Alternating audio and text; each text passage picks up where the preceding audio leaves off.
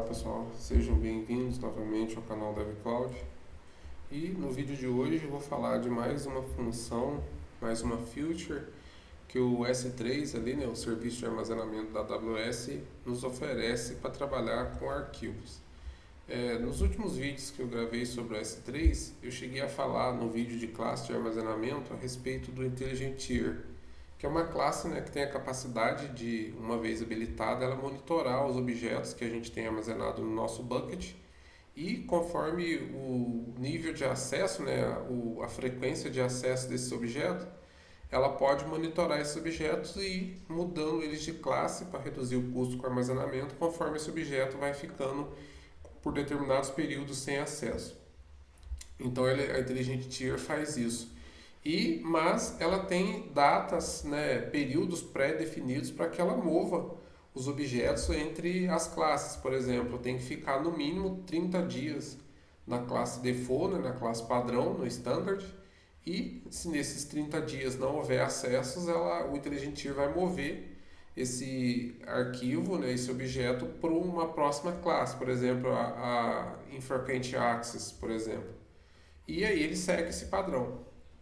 Mas pode acontecer que em determinados arquivos nós podemos ter a necessidade de imediatamente, quando esse arquivo entrar na classe standard, por exemplo, quando ele for carregado por S3, seja qual for a forma de carregamento, nós possamos querer imediatamente movê-lo para uma outra classe de armazenamento ou, por exemplo, depois de um período de 15 dias, no exemplo, nós queremos mover esse objeto para a classe Deep Archive, por exemplo, que nada mais é que arquivar esse objeto por um longo período de tempo, gastando menos, né, reduzindo o custo.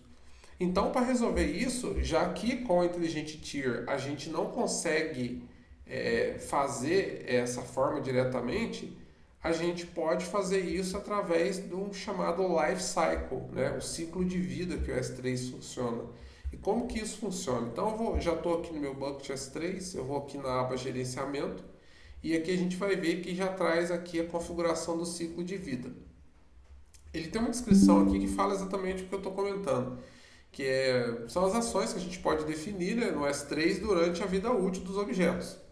Né? Então aqui eu posso definir regra até de exclusão. Então vamos fazer um exemplo aqui, eu vou criar uma regra de ciclo de vida. E aí a gente vai entender como é que ela funciona. Por exemplo, vou colocar aqui Life Cycle Demo. Vamos colocar isso aqui só para...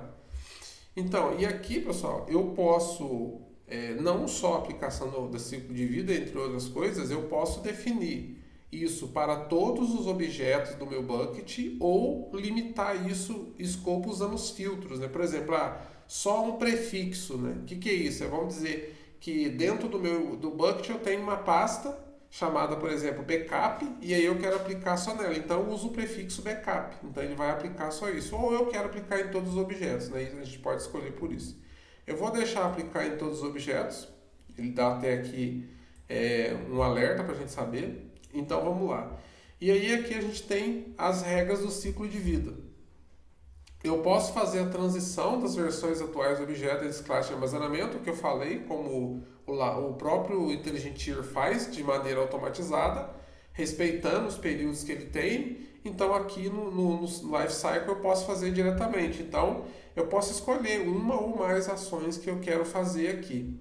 Então, por exemplo, se a gente quisesse, eu poderia marcar aqui a transição de versões atuais entre as classes de armazenamento. E aqui, de novo, ele traz para a gente um alerta avisando que essas transições são cobradas, né? Então, porque ele vai copiar o arquivo de mover, né? Como se fosse uma cópia mover de uma classe de armazenamento para outra. Então, a gente tem que marcar aqui. E aqui, pessoal, a gente tem que levar em consideração essa mensagem aqui, foi a mesma que eu falei lá do Intelligent Tier. Então, o objeto com 128K, eles não vão nem ser monitorados, né? Então, menos de 128 eles não vão passar. A recomendação é nem fazer isso porque o custo de fazer isso é mais caro do que o custo de deixar ele na classe onde ele está. Então, aqui já dá até esse alerta. E essa regra também vale para o Intelligent Tier. Fazendo um paralelo entre os dois, porque eles têm, de certa maneira, algumas funções semelhantes. Então, aqui eu pego a transição de versões atuais do objeto, eu posso pegar a versão atual ou versão antiga, ele fala aqui, né, nas versões anteriores. Eu posso expirar versões do objeto. Eu posso excluir as versões, por exemplo, eu posso dizer que a cada 30 dias eu excluo uma versão. E posso definir alguns marcadores para poder fazer isso. Então eu vou deixar marcado aqui a transição de versões entre as classes de armazenamento e aqui ele habilita para mim. Eu quero mudar para qual classe depois de quantos dias que esse objeto foi criado no meu bucket. Então, por exemplo, ó, eu quero mudar da padrão IA, quero mudar ela, vamos dizer, para o Deep Archive, o Glass Deep Archive aqui, ó. Então eu quero fazer isso posterior 30 dias. Ele vai fazer para mim. Então depois de 30 dias que esse objeto foi criado no bucket, ele vai mover isso lá para o meu Deep Archive Glacier. Então ele está falando aqui, ele vai mover direto para lá. Então aí eu não uso a transição classe por classe, né? A Deep Archive ela está lá no final da cascata, vamos dizer assim. Eu não preciso passar por todos, eu vou direto da Standard para a Deep Archive. Isso aqui pode ajudar a reduzir custo, né? Então eu posso fazer isso e com isso eu vou reduzir o custo. Então, feito isso, eu estou dizendo que eu só quero a transição, eu vou criar minha regra. Vamos dizer que eu também quero excluir permanentemente os objetos. E aqui, de novo, ele vem, ó. Eu quero excluir permanentemente versões atualizadas do objeto. Após quantos dias? Vamos dizer, depois que eu me movi, após 90 dias eu quero excluir. E aqui ele ainda pergunta, o número de versões mais recentes a serem retidas, né?